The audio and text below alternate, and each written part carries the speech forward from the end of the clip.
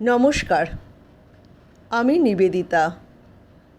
শুধুই গল্প নিবেদিতা চ্যানেলে আমার সকল শ্রোতা বন্ধুকে স্বাগত জানাই। অনুগ্রহ করে চ্যানেলটি সাবস্ক্রাইব করবেন। গল্পটি ভালো লাগলে লাইক ও শেয়ার করবেন। আপনার একটি লাইক আমার কাছে খুব মূল্যবান।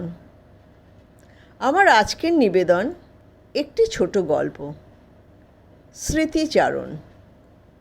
আসুন গল্পটি শোনা যাক। আমরা 3 ভাই বোন, আরও 4-5 জন জ্যাঠতুতো খুড়তুতো ভাই বোন বসে আছে। সবার বয়স হয়েছে। গত বছর ভাইফোঁটাতে সবাই এক জায়গায় হয়েছিল। এবছর হবে কি না এখনও জানি না। সবাইকে সবসময় পাওয়া যায় না। সবারই বয়স হয়েছে। শারীরিক সমস্যাও একটা বড় কারণ। তাছাড়া সবাই কলকাতায় থাকে না, তাই এক জায়গায় জড়ো হওয়া খুব মুশকিল। তবু সবাই চেষ্টা করে। রুচিরা আর তার 2 ভাই, রক্তিম আর পরাগ, তারা অবশ্য কলকাতায় থাকে, তাই তাদের খুব একটা বাধা পড়ে না। তাদের জ্যাঠতুতো 2 বোন থাকে বম্বেতে, অর্থাৎ মুম্বাইতে। তারা প্রত্যেকবার চেষ্টা করে আসেও। মাঝে মাঝে বাধা পড়ে। তারা হলো রিনা আর সুরিতা। রিনা আবার ক্যান্সার পেশেন্ট। যদিও অপারেশন করে কেমো নিয়ে বর্তমানে ঠিক আছে, তবুও ধকল তো গেছে ওর শরীরের উপর দিয়ে। ও বলেই লড়াই করতে পেরেছে। ওর মনের জোর অসম্ভব। ও কিন্তু সমস্ত বাধা বিপত্তি অগ্রাহ্য করে ভাইফোঁটাতে ঠিক আসে। আর অন্য ভাই দুটো, খুড়তুতো ভাই অনির্বাণ আর দীপ্ত, ওরা এই 50-এর ঘরে। ছোট বয়সে এই স্কুল শেষ করেই চলে গেছে বাইরে, তাই মানসিক টানটা কমে গেছে অনেক। তাও চেষ্টা করে আসতে, এটাই অনেক। আর এক পিসতুতো বোন আছে, সে মাঝে মাঝে আসে। সে আমাদেরই বয়সী, ঘর সামলে সবসময় আসতে পারে না। পরি, দেখতে খুব সুন্দর ছিল বলে ঠাকুমা ওর নাম রেখেছিলেন পরি। পরি খুব সুন্দরী ছিল, তবে বয়সের সঙ্গে সঙ্গে সবই অস্তমিত হয়। খুড়তুতো ভাই দুটোর নাম অনির্বাণ আর দীপ্ত। সবাই যখন কলকাতায় আসে, আমার বাড়িতেই ভাইফোঁটার দিন জমায়েতটা হয়। আসলে এটা যতটা না ভাইফোঁটা, তার থেকে বড় হচ্ছে ভাই বোনেদের গেট টুগেদার। ওই দিন সবাই একটু প্রাণ খুলে ছোটোবেলাকার গল্প বলি, স্মৃতিচারণ করে সবাই, কারণ স্মৃতি সততই সুখের। রুচিরা দাদা রক্তিম বেশি কথা বলে। ও স্মৃতিচারণ করতে খুব ভালোবাসে। রক্তিমের বয়স প্রায় 70, তবে সবচেয়ে বেশি উৎসাহ ওরই। ওই সবাইকে পুজোর আগে থেকে ভাইফোঁটার কথা মনে করাতে থাকে, সবাইকে ফোন করে বলতে থাকে আসার জন্য। আমার জ্যাঠতুতো বন্ধুটাও কম যায় না। গত বছর ভাইফোঁটাতে আমাদের জমায়েতটা খুব ভালো হয়েছিল। আমার মানে রুচিরার দাদা একদম রসিয়ে রসিয়ে ছোটোবেলাকার গল্প বলছিল।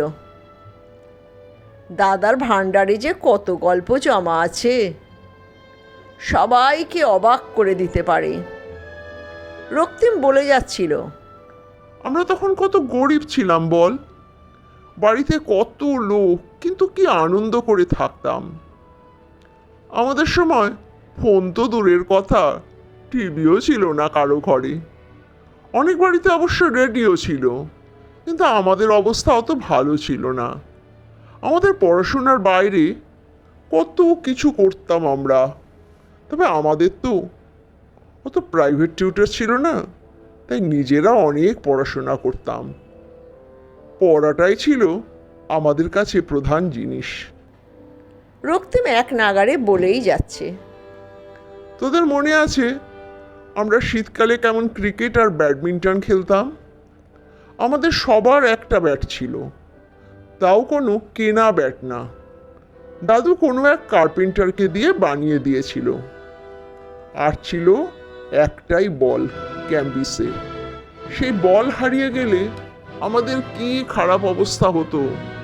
কেউ তো আর বল কিনে দেবে না।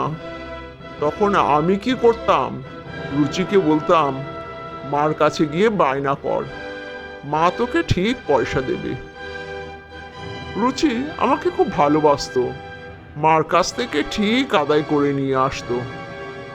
মাই বা কি করবে বল, মার কাছে তো আর পয়সা থাকতো না অত, তাও অনেক কষ্টে জমানো টাকা থেকে মা বের করে দিত। রুচি কোনোদিন কিছু চাইতো না, তাই মা ওকে দিয়ে দিত। তারপর শুরু করে পরাগকে নিয়ে। পরাগটা যা দুষ্টু ছিল না, কি বলবো, কিছুতেই ঠিক করে পড়াশোনা করতো না। এখন যতই বড় হও না বাবা, ছোটবেলায় খুব মার খেয়েছো তুমি। ছোট কাকা সন্ধেবেলা অফিস থেকে এসে যখন পড়া ধরতো, কিছুতেই পড়া পারতে না, খালি আমতা আমতা করতে। আর ছোট কাকা কি বেধড়ক পেটাতো। আর এই যে রিনা আর সুরিতা, তোমরাও কিছু কম যাও না। রিনা, তুমি তো খুব শয়তান ছিলে বাবা, একদম ছেলেদের মতো। তখন তো কলকাতায় অত ফ্ল্যাট ছিল না, বাড়ি, অনেক গাছও ছিল। আমাদের বাড়ির পিছনে একটা বাগান ছিল, আম ছিল, পেয়ারা ছিল, জামরুল গাছ ছিল। আর রিনা, তুমি তো দারুণ গাছে চড়তে পারতে, একেবারে ওস্তাদ। গরমে ছুটির সময় কি আম চুরি করতে, একবার তো ধরা পড়ে গেছিলে। সন্ধ্যাবেলা ছোট কাকা এসে তোমাকে আধ ঘন্টা কান ধরে দাঁড় করিয়ে রেখেছিল, মনে আছে? শুধু মেয়ে বলে মারটা খাওনি। দুপুরে খাওয়া দাওয়ার পর গল্প হচ্ছে। আমরা সবাই হেসে ওর গায়ে গড়িয়ে পড়ছি। রক্তিমদা বলতেই থাকছে। আর সুরিতা, তুমি কলেজে পড়ার সময় কোন ছেলের সঙ্গে গল্প করেছিলে, জ্যাঠা দেখে ফেলেছিল। তারপর বাড়ি ফিরে তোমার কি নাকানি চোবানি অবস্থা। এমন কাহিল হলে যে বিয়ের আগে অবধি তুমি কোনো ছেলের দিকে তাকাতে সাহস পাওনি। অনির্বাণ, তোর মনে আছে তুই আর দীপ্ত খুব ডাঙ্গুলি আর গুলি খেলতে ভালোবাসতিস। তোদের গুলি জমানোর জন্য একটা মাটির কলসি ছিল, কি সুন্দর দেখতে ছিল গুলিগুলো। একবার তোরা ডাঙ্গুলি খেলতে গিয়ে একটা বুড়োর টাক মাথায় লাগিয়ে দিয়েছিলি, সে বাড়ি এসে নালিশ করলো, তোদের ডাঙ্গুলি খেলা বন্ধ হয়ে গেল। সবাই যখন দুপুরে ঘুমিয়ে পড়তো ছুটির দিনে, তখন তোরা ফুটপাতে গিয়ে খেলতিস। কোনো খেলাই বন্ধ হয়নি, সবই চলতো চুপি চুপি। রুচিরা, রিনা, সুরিতা, পরি দাদুর সঙ্গে পার্কে বেড়াতে যেত বিকেলবেলা। মায়ের তৈরি কাপড়ের পুতুল দিয়ে খেলা করত, রান্নাবাটি খেলতো, পুতুলের বিয়ে দিত। রুচিরা আবার খুব বই পড়তো, ওর কোনো হিসাব ছিল না। একবার অনেক ছোট ছিল, পড়ার বইয়ের মধ্যে রেখে শরৎচন্দ্র পড়ছে, দাদু ধরে ফেলেছে। আর ওই বয়সে, এই বয়সে নভেল পড়ছো, সর্বনাশ করছে, সে কি হুলস্থুল। পরি আবার সুন্দরী, সেই জন্য ওর একা বেরোনো বারণ ছিল। প্রত্যেক বছর ওরা দাদুর সাথে চড়কের মেলায় যেত। আমাদের বাড়ির কাছেই পদ্মপুকুরে হতো। ওখানে মাটির তৈরি বুড়ো পাওয়া যেত, যার ঘাটটা ঘট ঘট করে নড়ত। চার বোন দাদুর কাছ থেকে সেই চারটে বুড়ো কিনে নিয়ে বাড়ি ফিরত। এই ছোট ছোট জিনিসে আমরা কি আনন্দ পেতাম, তাই না বল? সন্ধ্যাবেলা ঠাকুমা কি সুন্দর সুর করে আমাদের রামায়ণ মহাভারত পড়ে শোনাতো। তোদের মনে আছে? সবাই হৈ হৈ করে ওঠে। দীপ্ত বলে, আমি এখনো তোমাদের শোনাতে পারি। কর্ণের রথের চাকা বসে যাওয়া আর মৃত্যুর কাহিনী শুনে রুচি দিদি কেমন ভ্যাঁ ভ্যাঁ করে কাঁদতো। আর ভীষ্মের মৃত্যুতে সুরিতা চোখে জল ফেলতে ফেলতে উঠে যেত। রামায়ণে সীতার বনবাস পর্ব তো পড়ে শুনতেই পারতো না, আগের থেকেই কাঁদতে থাকতো। কী সব দিন ছিল দাদা ভাই, বড্ড মিস করি গো। কাজের চাপে সব কিছু হারিয়ে যাচ্ছে।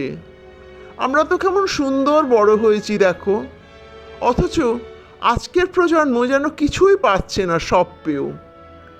দাদাভাই বলে, ছাড় ওসব কথা, এবার একটা মজার কথা বলি শোন।